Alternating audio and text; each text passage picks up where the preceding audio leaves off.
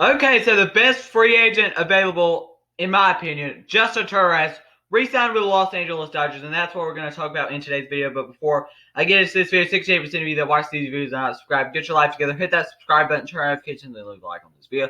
Subscribe, turn on notifications, and leave a like on this video. We're going to talk about Justin Turner re-signing with the Dodgers. Just makes the World Series champions even better. So it's 2 years worth more than $30 million.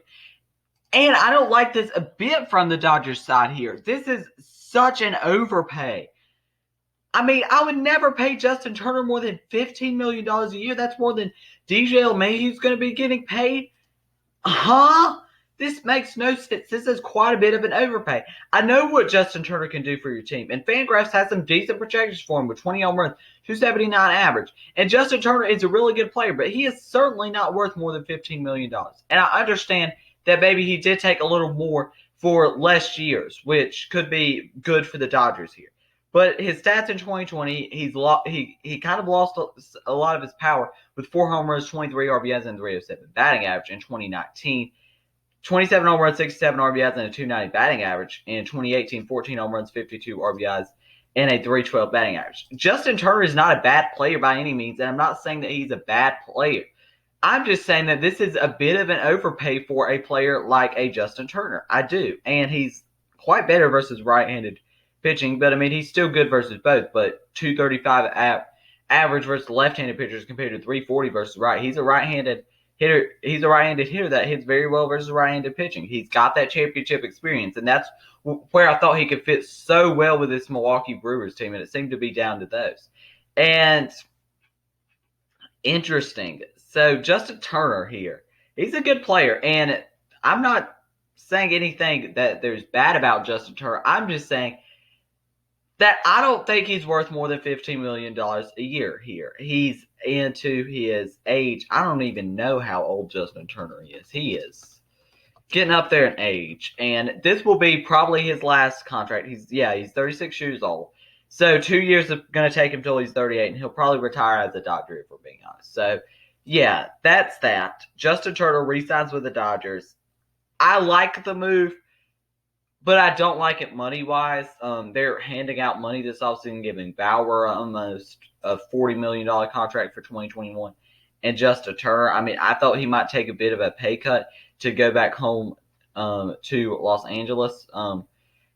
But this Dodgers team, it just gives them another power bat, and it's not like if they didn't re-sign Justin Turner, they were going to be in a big trouble because they still had Edwin Rios there. So it just makes the Dodgers even better, and you're now looking at a lineup of Mookie Betts, Corey Seager, Justin Turner, Cody Bellinger, Will Smith, Max Muncy, A.J. Pollock, Chris Taylor.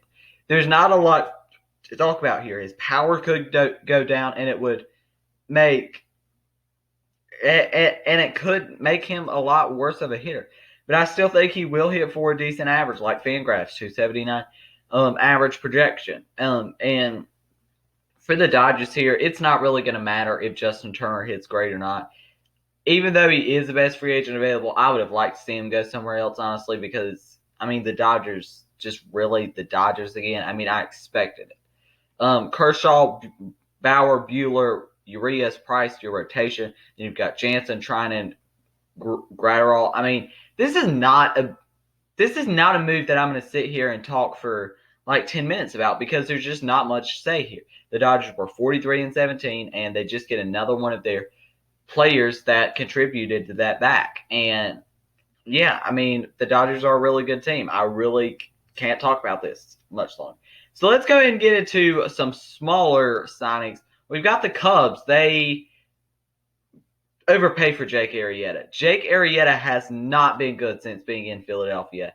And being in Philadelphia, I'm sure he's excited to get out of there, just get a new start with his old team. 4-4 with a 5.08 ERA in 2020, and 2019 8-8 with a 4.64 ERA. I mean, he really has had a few good seasons. I mean, but he has, oh my, $6 million is quite a bit of an overpay. I mean, you just don't pay Jake Arrieta $6 million. If you could get him for less than $4, I mean, I would be pretty happy.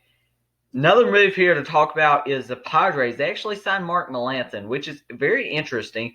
Maybe brings up the question they're not re-signing Trevor Rosenthal. I still definitely think they could sign Trevor Rosenthal. But does that mean maybe the Padres and Braves switch closers here to where the Braves maybe sign a Trevor Rosenthal? That would be interesting. 2-1 with a 2.78 ERA. He's had some good seasons, Mark Melancon has, and still can be very productive for a team. I just don't know that he's really a closer for a team. But Mark Melancon is a very solid player. But you've already got players like Drew Pomeranz, Emilio Pagan. And I mean, I wouldn't be surprised if they do bring back a Trevor Rosenthal, honestly. It would not surprise me a bit. The Rays agreed to a deal with Rich Hill, who's like 40 years old now. He'll get $2.5 million on a 1-year deal. This is not a big move at all. It's a move that's he might be your number 5 starter. I mean, he might be. And he's 2-2 with a 3.03 ERA in a small sample size in 2020. So he could be a solid relief pitcher. I just don't know how he's going to be at like 41 years old. That's just, you can't expect much there, you know what I mean? And so that's kind of all the moves to talk about here, unless I see something else. Yeah, that's all the moves to talk about here. Justin Turner re-signs with the Dodgers. We've got Mark Melancon signing with the Padres, and we've got what in the world was I? We've got I don't even remember the last one, honestly. I don't even remember the last one, honestly. I just totally forgot. I don't even know. Yeah, I think it was Ray signing Rich Hill. Yeah, Ray signing Rich Hill, and Cubs signed Jake Arrieta. So yeah, if I'm giving a grade for the signing for the Dodgers, I mean I'm giving it a B. I mean whatever. So yeah, that's going to be the end of this video. If you enjoyed it, make sure you leave a like, subscribe, turn on notifications, because 68% of you that watch these videos are not subscribed. Get your life together, hit that subscribe button, turn on notifications, and leave a like. Thank you for watching, and peace.